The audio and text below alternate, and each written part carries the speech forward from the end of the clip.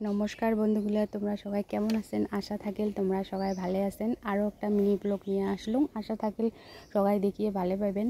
আর এটাই আমার আলোকঝাড়ি মেলা যায়া আছি। তো আলোকঝাড়িত যাওয়ার পরে ফুল প্রসাদ এগুলো নিয়ে মন্দিরের পাকে যায়া আছি। আলোকঝাড়ির বিষয়ে অল্প কম, যেমন আর কি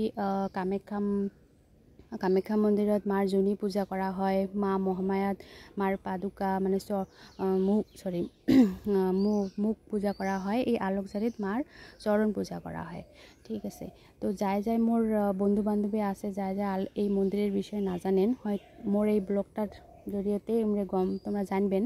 তো আমরা এই যায়া আসলাম। আর এই কুয়ার থেকে পানি নিয়ে হাত ভরি ধোয়া লাগে, যেহেতু কুয়া আজিকালি না থাকে, তো ওই জন্য আর কি ভিডিওটা বানিয়ে রাখলাম।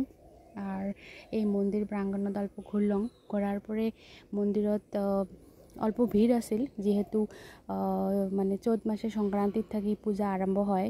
বহুত জায়গা থেকে মানুষ আসে, ভিড় আছিল। তথাপিও এই ভিড়ের মাজত আমার এই পূজা দেওয়ার অল্প সৌভাগ্য হল। পূজা দিলং, ভিড়ের মাজতো অল্প সুবিধা হল। ফুল জল এগুলা মার চরণত দেওয়ার সৌভাগ্য হল।